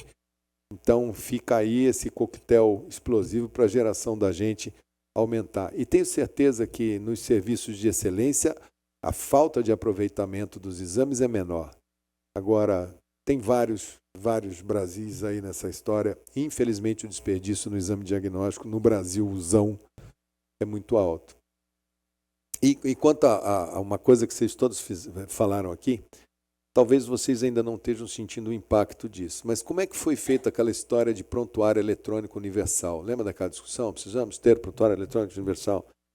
Eu, quando cheguei no Ministério, tinha software próprio, tinha gente que não sei o quê, plataforma SOA, e cada um fazia um negócio. Eu chamei um colega da USP, colega não, o responsável pela política de informação informática lá do HC, da USP, e ele foi o meu diretor do DataSUS, o Jackson. O Jackson fez 2 coisas que vão ter um impacto enorme para nós. O primeiro, ele falou, nós não vamos mais fazer um sistema. Nós vamos colocar quais dados serão obrigatórios de serem alimentados. Nós acabamos com o cartão SUS, nós determinamos CPF como documento de todo brasileiro. Ou seja, isso daí já melhora muito a limpeza da base. Nós começamos com 5 informações, entre elas vacina. Vacina, 5, só 5, obrigatórias. O município tem que mandar para o Estado e o Estado tem que mandar para a União. Então, com isso, cada estado é uma caixa d'água regional e a União tem a caixa d'água do país inteiro. Depois nós íamos fazer mais 10 dados, mais 20 dados, mais 50 dados, até a hora que a gente ia chegar. E, na hora que precisasse acessar a base de dados, se você é do município A e está no município B dentro de um mesmo estado, a Secretaria Estadual de Saúde consegue dar acesso para você dentro do seu estado. Se você é do estado A e foi atendido no estado B, a Caixa d'Água Nacional dá acesso para as pessoas estarem aqui. A última informação que eu tive é que o programa está andando, porque eu tenho muito medo de programas que são assassinados em mudança de governo, mas esses não conseguiram mudar e a gente já tem um volume muito, mas muito robusto. Pena que a gente ainda não está trabalhando essa base com os módulos BI, todos que tem que fazer, porque isso daí é uma coisa, ou disponibilizar isso. E é isso que está trazendo para o país, eu tenho certeza que o pessoal da indústria de medicamentos, eu consegui impor a votação da lei de pesquisa clínica no Brasil, que melhorou muito o ambiente de pesquisa.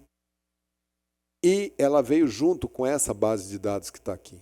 Nós somos um país que nós vamos atrair a grande maioria da pesquisa clínica do mundo, porque nós temos um sistema muito largo, nós falamos a mesma língua, nós temos bons centros para consolidar os dados, e esse volume de dados está andando. Então, assim, calma que isso leva tempo, mas pelo menos encaixou uma política. Ela não vai ter volta, porque se ela não sofreu volta nessa última agora, é porque é difícil mesmo derrubar uma política quando ela... Então, parece que ela está indo e isso serve aí para quem quer pensar em sustentabilidade como um alento. Bem, eu acho que eu vou concluir pegando exatamente esse ponto que o senhor fez a respeito da continuidade de uma política. Eu acho que esse é o grande desafio que nós temos na área de saúde no Brasil, que é transcender os decretos e portarias de governos por uma política de saúde realmente de longo prazo que seja condizente com o Estatuto Constitucional do Direito do Cidadão à Saúde. Se não o fizermos, nós vamos continuar discutindo as questões de saúde que se discutiam há 30, 35 anos atrás, com alguns progressos meritórios, e vamos continuar puxando entre nós um cobertor que vai continuar sendo curto. Então, num determinado momento, quem detiver o poder ou a gestão do maior volume de recursos vai levar a algum nível de vantagem. Volto a insistir que temos que olhar para o futuro para poder estabilizar o presente. Caso contrário, nós vamos continuar vivenciando situações de instabilidade e não de sustentabilidade. E, por fim, peço desculpas, ministro, mas tenho que correr para o aeroporto. Peço desculpas aos meus colegas de mesa que ainda vão falar e agradeço. Qual aeroporto? Galeão ou Santos Dumont? Graças a Deus, Santos Dumont. Vai com Deus. Obrigado. Irmão. Não, eu quero também finalizar aqui, agradecer a oportunidade de estar participando da mesa, as colaborações. Eu acho que esse jogo de puxa e estica do processo de incorporação tecnológica, ele podia ser minimizado estruturalmente. Eu tenho essa visão. Aí não tem o crachá. Trabalhei como diretor da ANS durante 8 anos, antes disso eu trabalhei na AMIL. Eu acho que a forma fragmentada da incorporação tecnológica, onde a Anvisa deixa entrar no Brasil, para depois a ANS e a Conitec definirem se vão incorporar nos devidos roles, absolutamente errado. E o pior é o seguinte: a gente costuma culpar a lei no Brasil. Não, isso é errado porque a lei. Não tem nenhuma lei que diga que a Anvisa tem que dar o parecer sozinho antes de ouvir a Conitec e a ANS. Isso não está em nenhuma lei. Então, Você está cobertíssimo de razão. então, assim, se tiver uma simples decisão da Anvisa de que, e aí do ministro que tiver na época, articulado, entendendo que isso é um problema de sustentabilidade do país, aonde o processo de entrada do Brasil tem que ficar articulado com o processo de utilização no país, eu acho que Como a gente... é a Inglaterra? Isso, como é com quem tentou fazer sistema universal. Todos eles têm esse processo articulado. Isso gera estranhamento, preocupações. Eu sei o que vai ser dito. Vai ser, não, mas isso pode restringir a inovação, tudo pode, mas hoje, da forma como está entrando e judicializando, não está bom para ninguém. Não está bom para ninguém, porque eu tenho certeza que ele não quer as drogas dele judicializadas, eu tenho certeza que ela não está querendo ficar mostrando que a medicação não é um problema.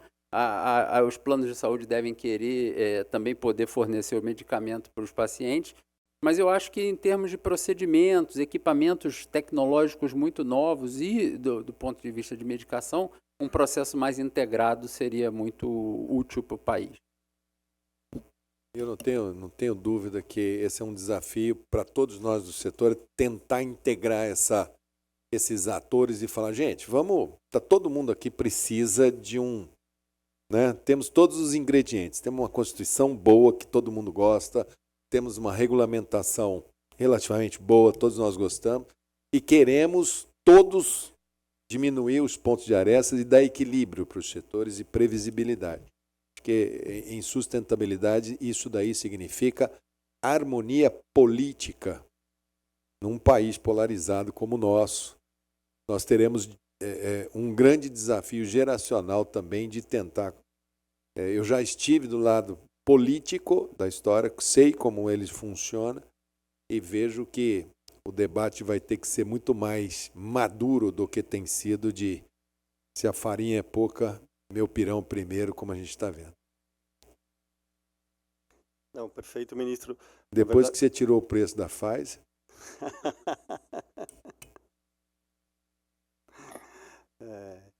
Mas me deixa até aqui sem graça, ministro.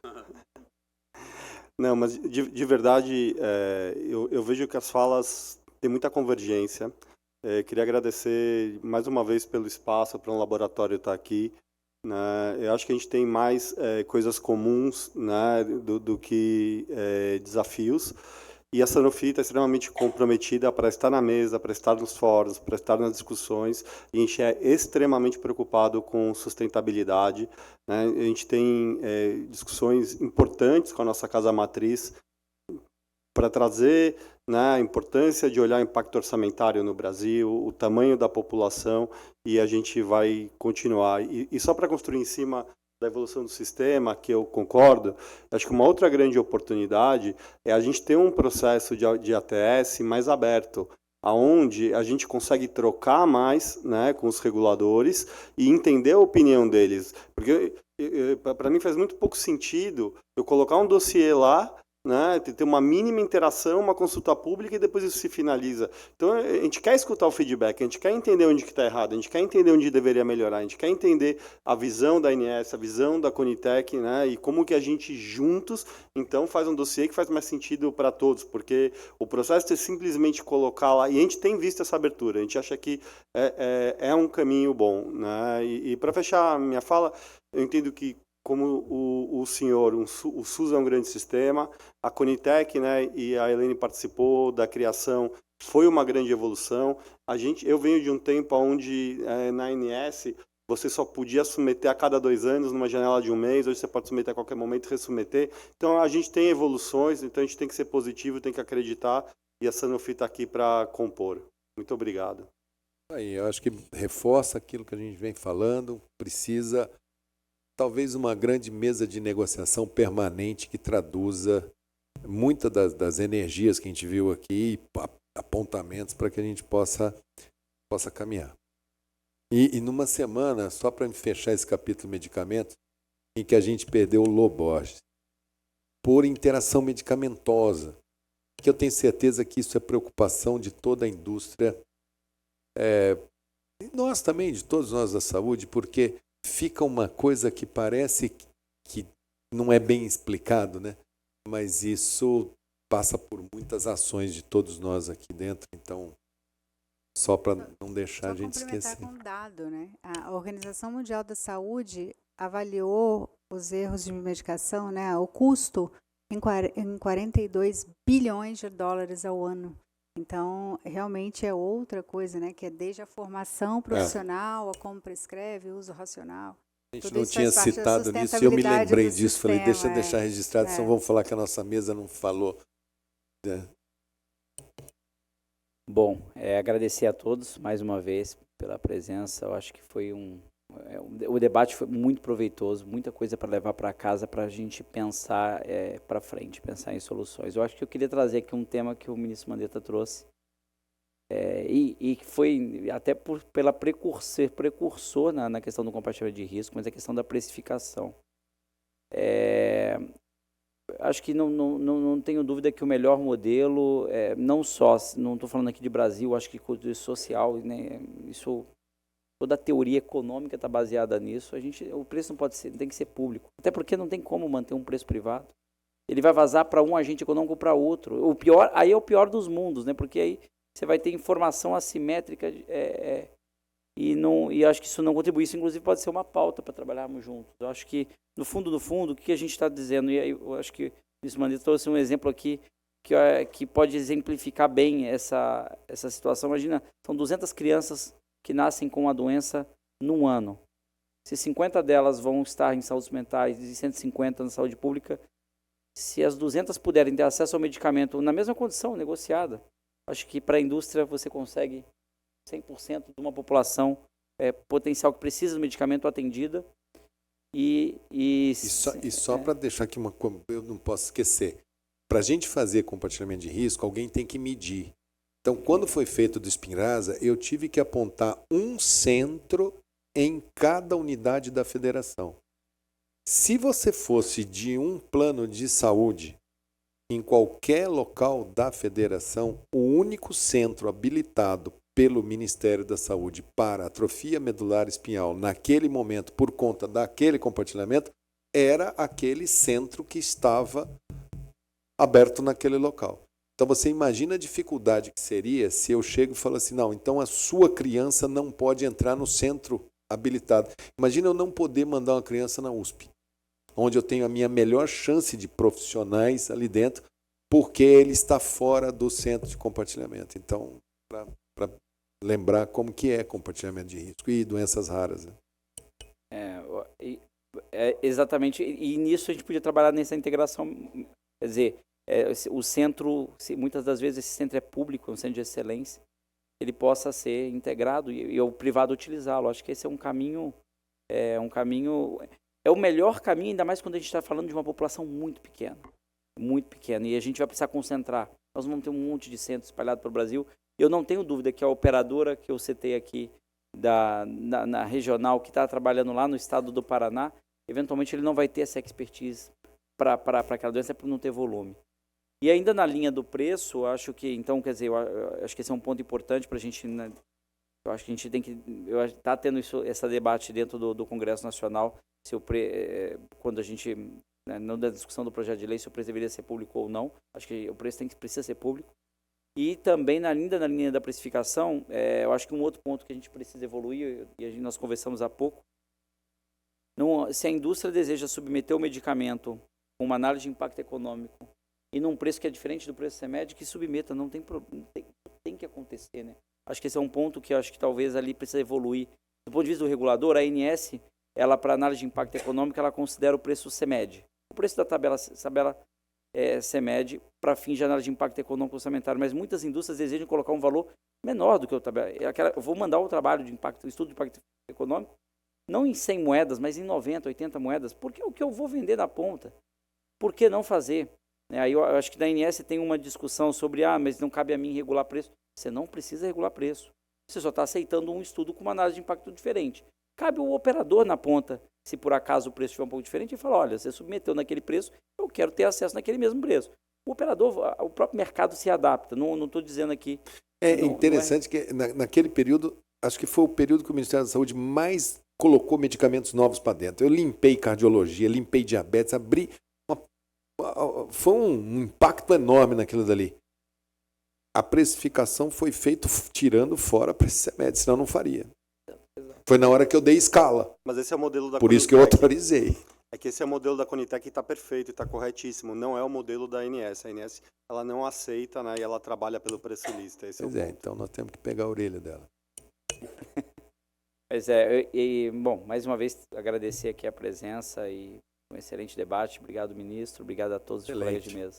Excelente. Eu tenho certeza que foi uma mesa de brasileiros, com uma plateia de brasileiros, acho que a maioria aqui é brasileiro. E eu sou um brasileiro, eu sou otimista. Não me recuso, eu não gosto de gente pessimista. Quando eu vejo uma pessoa pessimista, eu tenho medo daquilo pegar em mim, eu saio de perto. Mas eu também não sou aqueles otimistas que parece um bobo, tudo está rindo, né? Então, como dizia o Ariano Suassuna, eu sou um realista esperançoso. Eu acho que eu saio daqui como um realista esperançoso.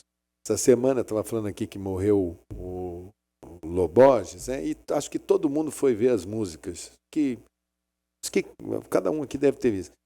E eu estava vendo, e eu acho que o computador viu que eu estava gostando. Ele começou a me mandar só música de mineiro, música de mineiro, música de mineiro. Eu falei, pô, tudo bem, já vi o Clube da Esquina 1, 2, só mineiro.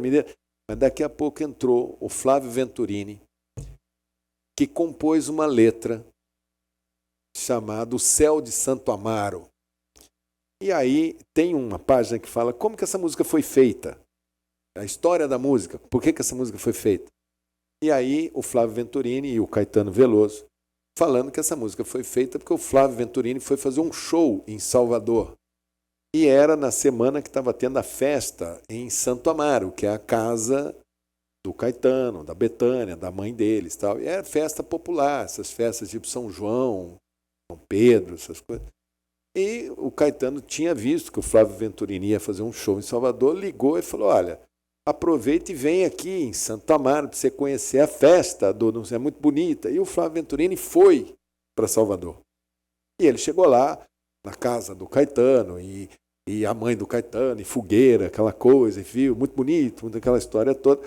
Saiu de lá, o céu diz que estava maravilhoso, que é lá, cidade do interior, pouca luz. Tal. Então ele na estrada viu aquele céu extremamente estrelado, e no carro dele estava tocando só música clássica, e entrou uma música do Bach. Né? E ele, emocionado com o céu, ele fez a letra do Céu de Santo Amaro com a melodia do Bach.